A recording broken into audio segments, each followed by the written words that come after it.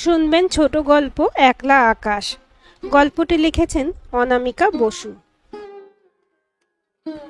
Office ফেরত ক্লান্ত দেহটা এলিয়ে দিয়েছে বাসের জানালার গা ঘেঁষে। রাতের ঝলমলে নিয়ন জ্বালা শহরটা একদম অন্যরকম লাগে। মনে হয় শহর জুড়ে বুঝি শুধুই ভালোবাসার বাস। ভিতরের অন্ধকারটা দেখা যায় না, শোনা যায় না আহত মনের কান্না। ফুরফুরে বাতাসের ঝাপটায় চোখ জুড়িয়ে আসছে মধুজার। জীবনযুদ্ধে সেও এক সৈনিক। আজ মাসখানেক হলো মধুজার রাতুলের ডিভোর্সটা হয়ে গেছে। একটু যেন শান্তি পেয়েছে মধুজা। গলায় কাঁটার মতো বিঁধেছিল সম্পর্কটা। খোরপোশ নেওয়ার প্রবৃত্তি ছিল না। ও একা মানুষ হলে হয়তো নিতই না, কিন্তু মেয়ের জন্য নিতে বাধ্য হলো। শুরুতে নিজস্ব কোনো উপার্জন ছিল না মধুজার। বাবার উপর নিজের সিদ্ধান্তকে চাপিয়ে বোঝা বাড়ানোর কোনো প্রশ্নই ওঠে না। তাই শেষমেশ মেয়ের জন্য এককালীন ২৬ লক্ষ টাকায় রফা হলো। মেয়ে মিমির অধিকার পাওয়ার জন্য রাতুল যে লোক দেখানো আবেদন ছাড়া বেশি কিছু করবে না, তা আগে থেকেই জানা ছিল মধুজার।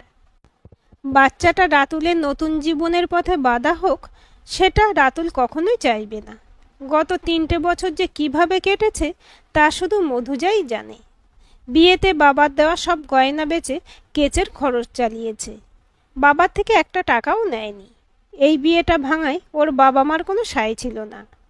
পুরুষ মানুষের অমন একটু আধটু দোষ থেকেই থাকে। যদি একটা ভুল করেও থাকে, ও তো স্বীকার করেছে নিজেই। আর তাছাড়া লোকে বলবে কি? আমাদের পরিবারে কখনো কারো ডিভোর্স হয়নি। মিমির কথাটাও তো ভাববি নাকি? বাচ্চাটার কি হবে? এমন সব কত কথাই বলেছিলেন ওর মা।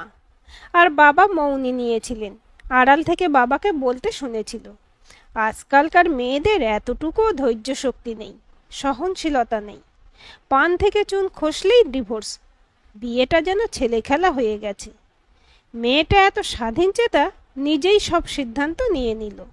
আরে বাবা, যত বড় শিক্ষিত হোস না কেন, যত বড় কেউটাই হোস না কেন, সমাজটা তো বদলায়নি। একবার বাড়ির কথা, পরিবারের কথা ভাবলো না? ও ছোট ভাইটার তো এখনো বিয়ে থা হয়নি। ননদ ঘরে থাকলে আর তার সুপাত্রী জুটবে? সেদিন খুব কেঁদেছিল মধুজা। রাতুলের দেওয়া শত আঘাতও বুঝে পারেনি ওকে এভাবে চূর্ণ বিচূর্ণ করতে। একটা মেয়ের জীবনে আশ্রয় আর ভাত কাপড়টাই তো সব হতে পারে না। আশ্রয় মানে তো শুধু একটা ছাদ নয়। আশ্রয় হলো এক আকাশ ভালোবাসা, এক বুক ভরসা, একটা নির্ভরযোগ্য শক্ত হাত। দিন শেষে সব না পাওয়া ভুলে গিয়ে মান ভঞ্জন, উষ্ণ আদরে মাখামাখি হওয়া নরম বিছানা, এটাই তো দাম্পত্যের রসায়ন। কিন্তু সমীকরণটা কোথাও যেন ভারসাম্য হারাচ্ছিল ধীরে ধীরে। রাতুলের ইগনোরেন্সটা মধুজাকে নিজের কাছেই নিজেকে ছোট করে দিচ্ছিল। রাতুল যে অন্য কোনো সম্পর্কে জড়িয়েছে তা ক্রমশই স্পষ্ট হয়ে যাচ্ছিল। সমাজ সংসারকে ধোঁকা দিয়ে সুখী দাম্পত্যের অভিনয়টা ক্লিশে হয়ে যাচ্ছিল। আর কাজ নিয়ে ব্যস্ততার অজুহাতও হয়ে গেছিল একঘেয়ে। একটা সময় সম্পর্কটার পিঠ দেওয়ালে ঠেকে গেছিল। তাই এই অপমান, অবজ্ঞা, অবহেলা এসব কিছুর থেকে নিস্তার পেতে, নিজের কাছে নিজের সম্মান বাঁচাতে এই সম্পর্কটা থেকে বেরিয়ে আসা খুব জরুরি হয়ে পড়েছিল মধুজার। রোজ রোজের অশান্তি হয়তো বাচ্চাটাকে সুস্থভাবে মানুষ হতে দিত না। তারপর সেই দিনটা এসেই গেল, যেদিন এক বাকবিতণ্ডার মধ্যে উত্তেজনার বশে রাতুল স্বীকার করল, হ্যাঁ, ওর এক অফিস কলিগের সাথে অ্যাফেয়ার চলছে। এরপর বোধহয় আর কিছু বাকি থাকে না শোনার। রাতুল বলেছিল যে ও মধুজার মিমিকে ছাড়তে চায় না। ওরা যেমন আছে তেমনই থাকবে। বাবা হিসেবে, স্বামী হিসেবে সব দায় দায়িত্ব যেমন পালন করছে তেমনটাই করে যাবে। অপমানে রাগে ফেটে পড়েছিল মধুজা। ওকে আর ওর মেয়েকে স্বামী, পিতা নামক ব্যক্তিটির দয়া পরবশে বেঁচে থাকতে হবে শুধু ছাদ আর খাওয়া পড়ার জন্য। রাতুলের ঘর যেদিন ছেড়ে এসেছিল মধুজা, এক বারটির জন্যও জানায়নি বাবা মাকে। আগেই জানতো যে ওনারা কখনোই ওর সিদ্ধান্তকে সম্মান করবেন না। মেয়েকে প্রশ্রয় দেওয়ার বদনামের ভয়ে সমর্থনও করবেন না। তাই ওদের কাছে আশ্রয় ভিক্ষা করেনি মধুজা। কখনো কখনো এই গোটা পৃথিবীটা যেন বড্ড স্বার্থপর হয়ে যায়। বাচ্চাটাকে নিয়ে মধুজা ওর বন্ধু অনন্যার বাড়ির একতলায় এক কামরার ঘরে ভাড়া নিয়ে চলে এসেছিল। বাবা মার থেকে আপন পৃথিবীতে আর কারাই বা হতে পারে? তারাই যখন বুঝতে ভুল করে, পিঠে হাত রাখতে গেলে 10 বার ভাবে, দুর্দিনে সন্তানের হাত ধরতে 7-5 চিন্তা করে, তারপর সমঝোতার পথ বেছে নিতে পরামর্শ দেয়। তখন তিলে তিলে পলির মতো জমা অভিমানের পাহাড় আকাশ ছোঁয়। সেদিনের সেই শুরু হওয়া লড়াইটা একটা নিরীহ সাধারণ গৃহবধূ মধুজাকে পরিবর্তিত করেছিল এক লড়াকু মায়ে। সেদিন থেকে মধুজার একটাই লক্ষ্য ছিল, নিজের পায়ের তলার মাটিকে শক্ত করে নিজের জন্য বাঁচা, আর মেয়েকে মেয়ে করে নয়, একজন স্বাবলম্বী স্বয়ংসম্পূর্ণ মানুষ করে তৈরি করা। স্নাতকোত্তর ডিগ্রির পর কম্পিউটার কোর্স করে একটি ছোটোখাটো প্রাইভেট ফার্মে জয়েন করেছিল মধুজা। সে সময় মনটা বেশ তরতাজা লাগতো, ডানায় কেমন জোর পেত, ইচ্ছে হতো বিহঙ্গের মতো উড়ে যেতে। কিন্তু সে সুখ বেশি দিন উপভোগ করতে পারল না। চাকরি পাওয়ার বছর 2-এর মধ্যেই রাতুলের সাথে বিয়েটা ঠিক হয়ে গেল। বাড়ির থেকে চাপ দেওয়া হলো চাকরিটা ছেড়ে দেওয়ার জন্য। ওর বাবা বললেন, ভারী তো চাকরি, ও শখের চাকরি থাকলো আর গেল, কিছু যায় আসে না, ওই চাকরি দিয়ে তো আর সংসার চলে না। তাছাড়া রাতুলের বাড়ির লোক চাকুরে বউ চায় না। সে সময় বাবার কথা অমান্য করা বা প্রতিবাদ করার মতো সাহস মধুজার ছিল না। মধুজা নিজেও জানে না সেটা বাবার প্রতি ভক্তি ছিল নাকি ভালোবাসা। মধুজা বিয়েতে রাজি না হয়ে উচ্চশিক্ষার আবদার করেছিল, কিন্তু এত ভালো পাত্র হাতছাড়া করা যাবে না, জানিয়ে দিয়েছিলেন বাবা। আসলে কন্যা সন্তান বড় হলেই তাকে পাত্রস্থ করে কোথাও একটা দায় মুক্তির তাড়া থাকে পিতামাতার। শিক্ষা দীক্ষা, গান বাজনা বা সেলাই যা কিছুই শেখানো হোক না কেন, তা বোধহয় শুধু বিয়ের বাজারে দর বাড়াতে, সুপাত্র পেতে। এসবের মাঝেও ব্যতিক্রমী অভিভাবক যে নেই তা নয়। যেমন আছেন মধুজার বন্ধু অনন্যার বাবা মা। অনন্যা ওনাদের একমাত্র সন্তান।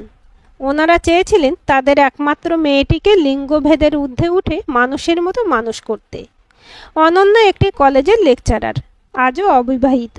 অনন্যার ইচ্ছে ও হায়ার স্টাডিজের জন্য বিদেশে যাবে। বিয়েটা ওর কাছে একটা সেকেন্ডারি ব্যাপার। পরে কোনো এক সময় সঙ্গীর প্রয়োজন অনুভব করলে বা তেমন কোনো পছন্দের মানুষ সামনে এলে বিয়ের কথা ভাববে, এতটাই ক্যাজুয়ালও। ওর কাছে প্রায়োরিটি ও নিজে, ওর কেরিয়ার। অনন্যাকে দেখলে ঈর্ষা হয় মধুজার। ওর চিন্তা ভাবনা মন্ত্রমুগ্ধের মতো শোনে। পুরনো ফাইলের ধুলো ঝেড়ে সার্টিফিকেটগুলো সাথে আনতে বলে দিয়েছিল অনন্যা। বলেছিল, আর কিছু না আনিস, সার্টিফিকেটগুলো আনতে ভুলিস না। এতদিন যেগুলোকে অনাদরে ফেলে রেখেছিলি, এখন সেগুলোই তোর ভরসা। অনন্যা প্রতিটি পদক্ষেপে ওর সাথে থাকে, ওকে সাহস জুগিয়েছে।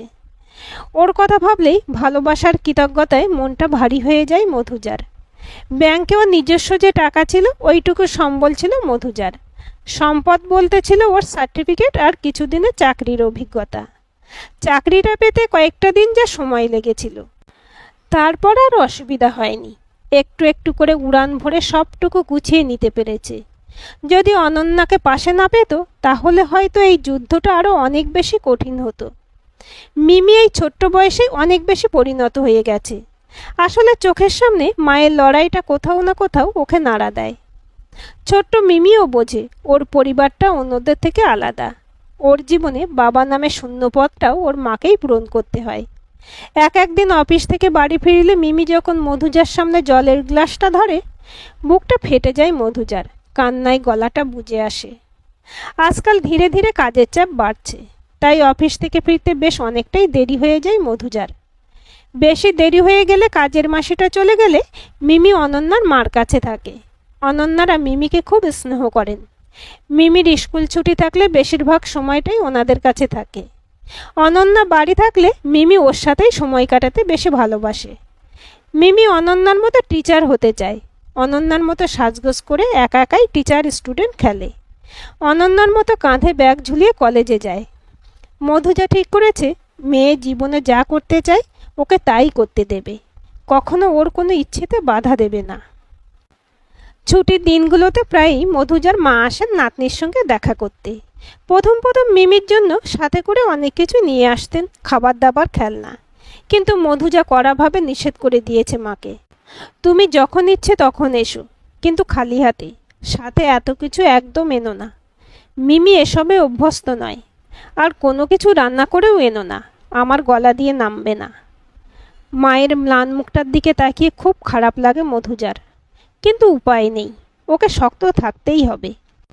রাতুলের বাড়ি থেকে চলে আসার পর একদিনও আর ও বাড়িমুখো হয়নি মধুজা। মাই থাকতে না পেরে বারবার ছুটে আসেন। মায়ের মুখে শুনেছে ভাইয়ের নাকি বিয়ে ঠিক হয়েছে। মা অনেক করে যেতে বলেছেন। মধুজা পরিষ্কার জানিয়ে দিয়েছে যে ভাইকে দূর থেকেই শুভকামনা জানাবে, কিন্তু ওই বাড়িতে আর পা রাখবে না। মা সেদিন কথাটা বলেই ফেললেন মধুজাকে, তুই আবার একটা বিয়ে কর মধু, ডিভোর্সটা যখন ভালোই ভালোই মিটে গেছে তখন আবার নতুন করে জীবনটা শুরু কর, আজ তো জীবনটা তো পড়ে আছে। মাই যে শুধু মধুজাকে এমন পরামর্শ দিচ্ছেন তা নয়, ইদানিং পথে ঘাটে দেখা হওয়া সব তথাকথিত শুভাকাঙ্ক্ষী মানুষগুলোই এই একই পরামর্শ দিচ্ছেন। নিজেকে একদম পাল্টে ফেলেছে মধুজা। এখন যখন আয়নায় নিজেকে দেখে নিজের চোখে চোখ রাখতে কেমন যেন গর্ব বোধ হয়। হ্যাঁ, ও পেরেছে, ও পারছে, ওকে পারতেই হবে। লোকের কথায় কান দিয়ে সময় নষ্ট করার মতো সময় নেই ওর কাছে। বড্ড আফসোস হয় এখন, কেন শুরু থেকে ও এমন হতে পারেনি, কেন নিজেকে আড়াল করে রেখে অন্যের ভালো লাগায় অন্যদের পছন্দে নিজেকে ঢালার চেষ্টা করে সময় নষ্ট করেছে, কেন বাধ্য সন্তান হতে গিয়ে নিজের স্বপ্ন, ইচ্ছে, ভালো লাগা মন্দ লাগাগুলোকে হত্যা করেছে। সেদিন এমনিই অফিসে বেরোতে দেরি হয়ে গেছিল মধুজার। তার উপর মেট্রো স্টেশনে পৌঁছাতেই শুনল কোনো এক যান্ত্রিক গোলযোগের কারণে মেট্রো আপাতত বন্ধ। কখন শুরু হবে কোনো ঠিক নেই। মাথায় যেন বাস পড়ল। তাড়াতাড়ি বাইরে বেরিয়ে এসে দেখল বাসগুলোই সব বাদুড়ঝোলা ভিড়। অবস্থা দেখে তো কান্না পেয়ে গেল মধুজার।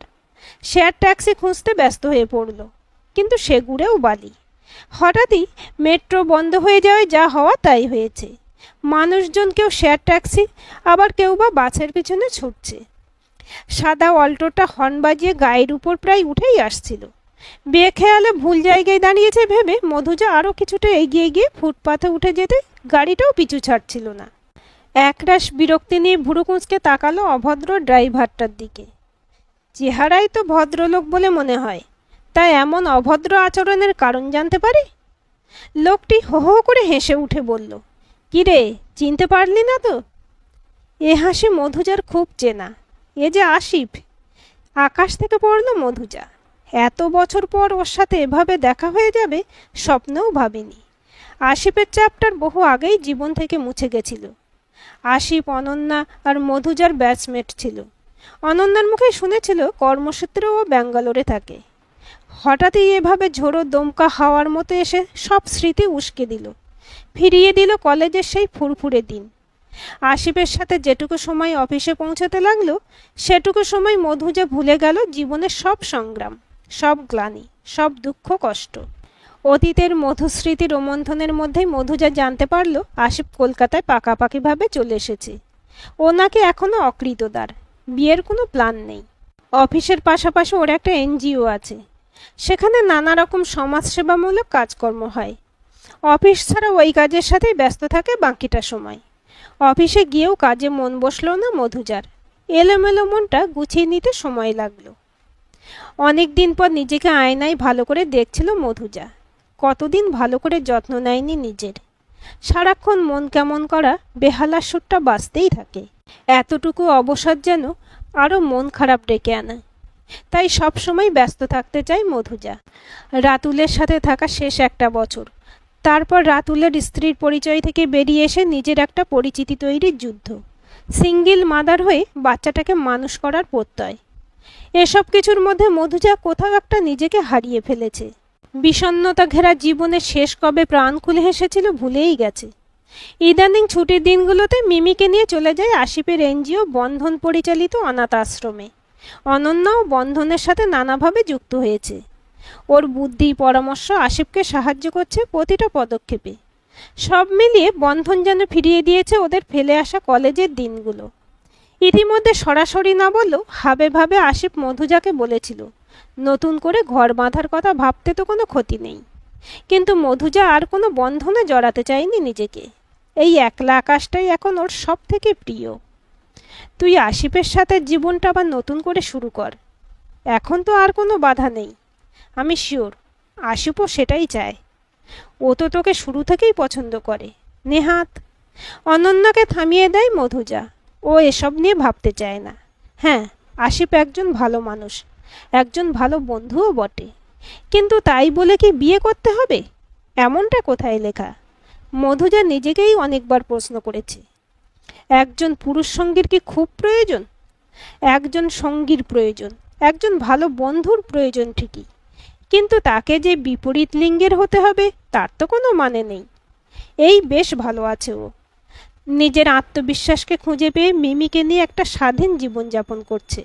এখন অতীত ভাবলে কেমন বিভীষিকা মনে হয়। মধুজার এসব বিয়ে থাতে জড়াতে চায় না, অন্তত এখনই নয়। সত্যিই কি ইচ্ছে করে না নিজের হাতে সাজানো একটা ঘর সংসারের? এক পুরুষের স্পর্শের জন্য সত্যিই কি খিদে জাগে না? আসলে বিগত বছরগুলোর খারাপ অভিজ্ঞতা। এখনও সবার আগে মিমির মা। আশিফ হোক বা অন্য কোনো পুরুষ, এই মুহূর্তে কাউকে বিশ্বাস করে গ্রহণ করার মতো মানসিক অবস্থায় নেই মধুজা। তাছাড়া আজ না হলেও কাল আশিফেরও মন বদলাতে পারে। মনে হতেই পারে মিমি তো ওর সন্তান নয়। হতেই পারে রাতুল আর মধুজার অতীত মাঝখানে আসতে পারে, আশিফ আর মধুজার বর্তমানের। আর ভাবতে চায় না। অনেক যুদ্ধ করে আজ নিজের জন্য একটা জায়গা তৈরি করেছে মধুজা। এখন সেই যুদ্ধ জয়টুকু উপভোগ করতে চায় মন খুলে। এই মানসিক টানাপোড়েন আর নিতে পারবে না। এখনকার মধুজা অনেক বেশি পরিপক্ক, অনেক বেশি ব্যালেন্সড। পিতাপতির আশ্রয় নয়, সম্পূর্ণ নিজের একটা মাথা গোঁজার ঠাঁই হয়েছে ওর। নিজের উপার্জনে মধুজা এক কামরার একটা ছোট্ট ফ্ল্যাট কিনে মেয়েকে নিয়ে শিফট করেছে। ফ্ল্যাটের নাম রেখেছে একলা আকাশ। আজকাল খুব পরিতৃপ্ত মনে হয় নিজের। অনন্যা স্বীকার করতে না চাইলেও ওর মন পড়তে অসুবিধা হয়নি মধুজার। অনন্যা যে আশিফকে পছন্দ করে তা অনেক আগে থেকেই জানত। আশিফ এমনই একজন মানুষ যাকে ভালো না বেসে বুঝি পারা যায় না। অনন্যা আর আশিফ দুজনে পারফেক্ট কাপল হতে পারে। মধুজা দুজনকেই বহু বছর ধরে চেনে, খুব কাছ থেকে দেখেছে। দুজন সমমনস্ক উন্নতমনা মানুষের শুভ পরিণয় সমাজ সংস্কারের জন্য খুবই হিতকর। তাই দুজনকে রাজি করিয়ে নিজে দাঁড়িয়ে থেকে সব কিছুরই আয়োজন করেছে মধুজা। মধুজারই উদ্যোগে অনন্যার আশিফ একে অপরের জীবনসঙ্গী হয়ে একসাথে পথ চলা শুরু করেছে। মধুজা এই একলা ঘরের দেশটা, একলা থাকার অভ্যাসটা ভালোবেসে ফেলেছে। অনেককে হারিয়ে, অনেক কিছু হারিয়ে হার মানেনি কখনো। মধুজা দেখিয়েছে হেরে গিয়েও জিতে যাওয়া যায়। মিমির এই প্রথম সমুদ্র দেখা। সপ্তাহান্তের ছোট্ট ছুটিতে মা মেয়ে সমুদ্র দেখতে ছুটে আসা। মিমি তো ভীষণ ভীষণ খুশি। স্বাধীনতা, মুক্ত বাতাস এবং দুঃসাহসিক হওয়ার অদম্য প্রেরণা, এসব তো সমুদ্রই শেখায় আমাদের। সমুদ্রের ঘ্রাণ নিয়ে আকাশের বিশালতাকে অনুভব করতে পারা, এটাই হয়তো জীবনের শ্রেষ্ঠ পাওয়া। আজকের গল্পটি আপনাদের কেমন লাগলো কমেন্ট করে জানাবেন। ভালো লাগলে লাইক, শেয়ার, সাবস্ক্রাইব করবেন এবং নতুন ভিডিও আপডেট পেতে বেল আইকনটি ক্লিক করে রাখুন।